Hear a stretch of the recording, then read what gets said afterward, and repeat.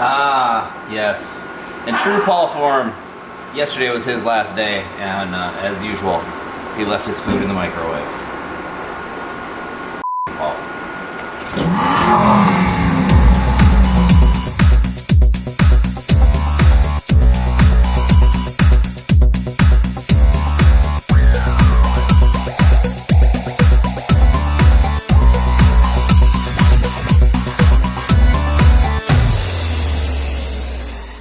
Hey everybody, welcome back to BC Builds. I appreciate you following along with the channel and all that we're doing here. Today we are still working on the F250 highboy, getting it ready to go to Mecum, waiting on Antonio. It's Saturday, so of course he's late as usual. Along with that, I have huge plans for this channel. At least I want to.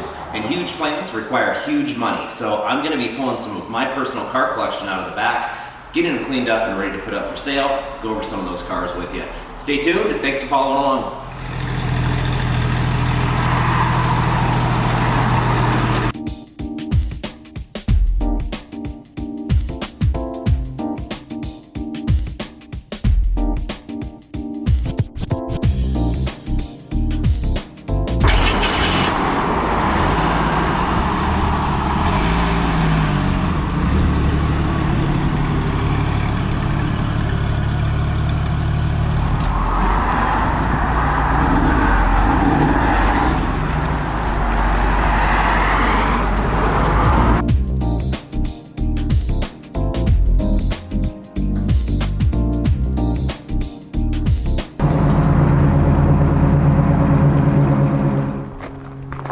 How long has she been out here? A couple of years?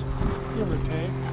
Well, my tabs expired in 2019, but that's because I'm still on Stripe and I'm only going to pay $35 for license stamps.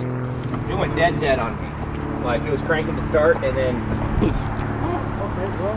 Yeah, we got nothing. Okay. This car has been a pain in my ass since I got it. I know it's kind of apart right now. There's a long story on this car. Basically, I've had it 5 years. I've got roughly $18,000 in parts in it, and I have less than 1,500 miles in the car. I might actually have less than 1,000 miles on this car since I bought it. Yeah, because I only put gas in it twice, so less than 1,000. But I love it. I absolutely love it, as much as it hates me. Alright, we got enough across the battery.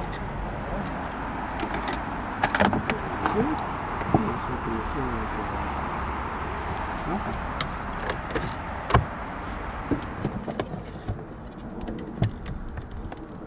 We got 4 volts. That's not enough to do squat.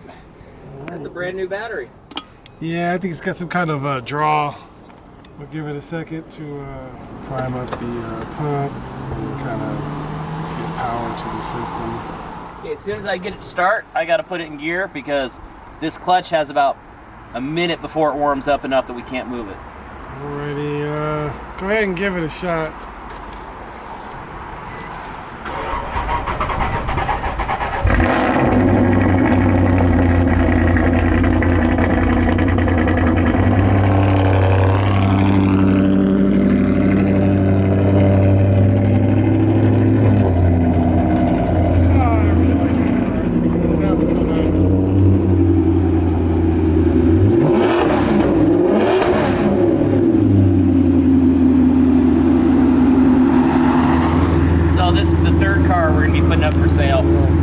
This car, the clutch actually went out on it recently. So it's been parked. Well, not recently, a couple years ago. It's been parked. I haven't done anything with it, but I didn't want to spend the $5,000 on the clutch, but it's time. We just got to do it. Can't remember how to open the hood.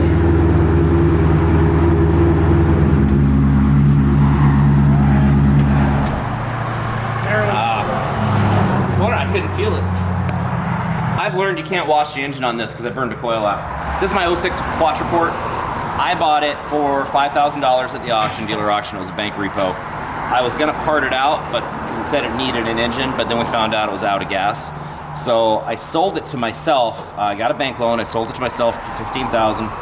Put the money back in my company, paid it off, drove it. It's been an absolute pain in my ass. It really is a very impractical car. I'm a member of a couple different Maserati Quattraport owners groups, And everybody in those groups are liars. They talk about how awesome the cars are and they're so reliable and they never break and they're easy to maintain. That's all BS, it's a lie. I own a shop, I have very talented technicians, and it is still a struggle to keep this car on the road. The $5,000 clutch, that is my cost on the parts. That's my cost. So labor to put this clutch in is gonna take Steve 15 to 20 hours. I mean, so for a customer to put a clutch in this car, which is required every 20 to 30,000 miles, you know, you're talking 14, 15 grand on a $15,000 car. So they're not very practical to own. They're terrible cars, but man, when they run right, and that Ferrari engine is purring like a kitten, like mine is straight piped, there's nothing better. I mean, it's a whole lot of fun. Problem is you can't have fun for very long before it breaks again.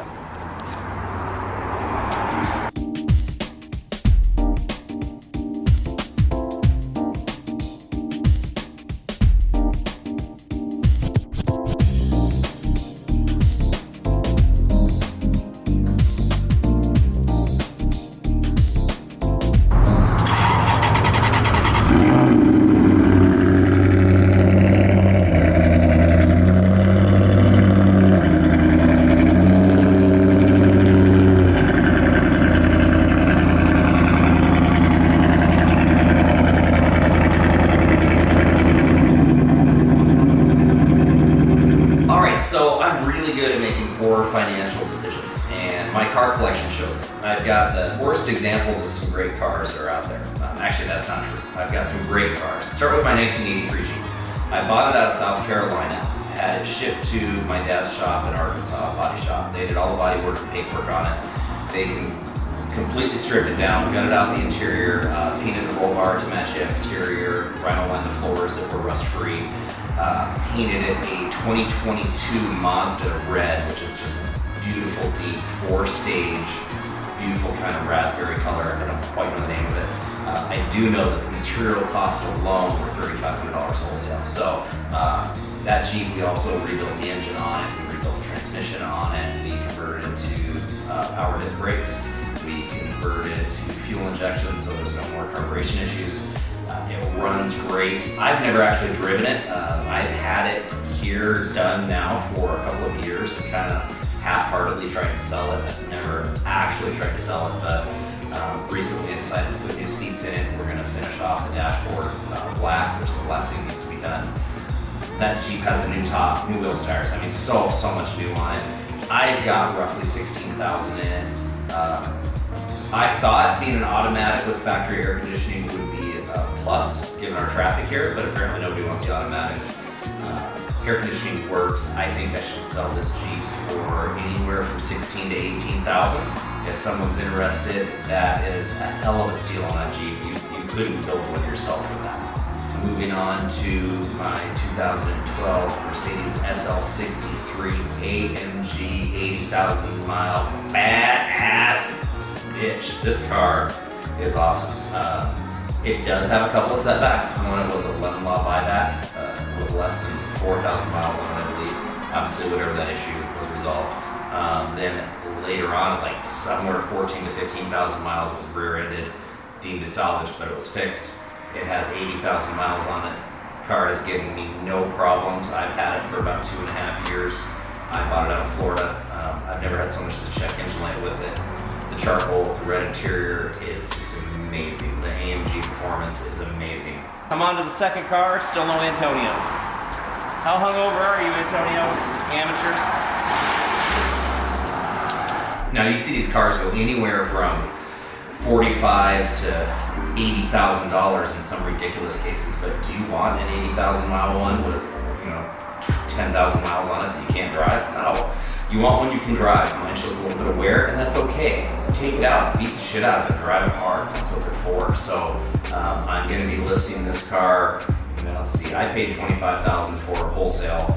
Then I had to pay about $2,500 to have it shipped up here. I've done some maintenance to it. I'm going to list it at $30,000, and even with the salvage title, I think that's a hell of a price. So that brings our total to 46-ish. And then the Maserati, we are putting a clutch in it. Like I said, I bought that car 5-6 years ago for $5,000.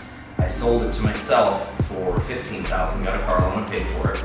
And the reason I do that is I can't afford to just keep cars out of my inventory to keep them driving. I'm a car dealer. I have to make money on them, so it's completely legal. I buy them for myself, put the money back in my company, and drive them and sell them for a while. And with the Maserati, it has been just a loss, an absolute loss. I had the 5,000 I bought it for, and then the 15 I paid for it. You know, obviously that went back to my company, but I put another 17,000 parts in it, and I gotta put a clutch in it. Nobody's gonna pay me 23 or 24,000 for this car, but I think someone will pay 16 or 17 for it, and I can take a little bit of a loss. Now that should put us up somewhere between $50,000 to $60,000 with all three of those sold. Now that puts me well within my goal of where I want to be, because I don't want to just buy another car for a channel, which I do have in mind. I want to be able to fix it. I mean, look at the Aston Martin. We're $120,000 in it. I'm not gonna buy one that damaged again. But like, say I buy a Bentley and it has a cracked windshield. The windshield's $5,000. I want to be able to buy it right then when I buy the car. So I want to have money in hand to buy the car and buy all the parts that we need, and to just get good content and keep it moving forward. So by selling my personal cars, that's fine. I mean, these cars were not practical, and they are really bad financial decisions for me to have so many of them. Having one or two is one thing, but I've got a whole fleet of bad choices. So the SL63 is my daily driver. It's completely impractical. I'm switching up to a 2010 Escalade now that we have dogs. I've got my 7-year-old daughter. You know, it'll just be more responsible of me to do that. So that's the direction we're heading in. So if anybody wants to buy these cars, email me, message me. Once they hit the lot, they're in inventory. But before then, we can do a personal sale without the sales tax and all that. So, and yeah, let me know.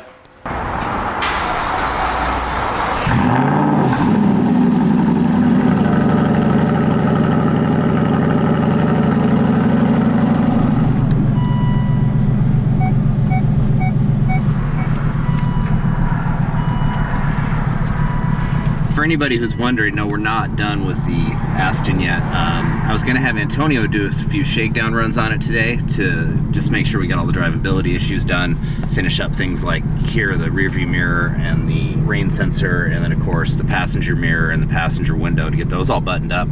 And then we just need to put a speaker in here, and we're done with the interior components. What we've got left on the outside is simply putting the air boxes back in with the air filters. I haven't decided what I want to do with that yet. And then put the new engine underguards on, and we're done. That's 100% for the car. But since he's not here, I'll do the shakedown run for him, and he doesn't get to drive it. Oh, Antonio.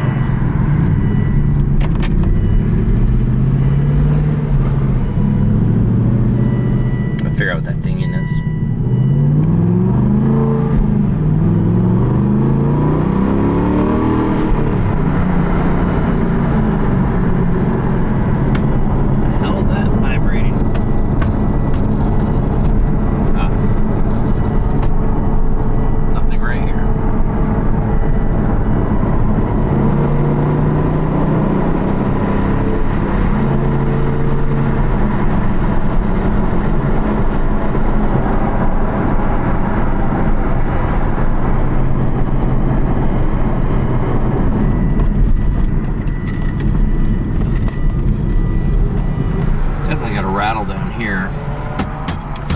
Up in the dash.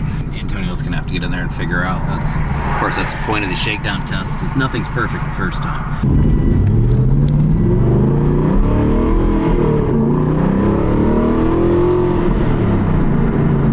I like that.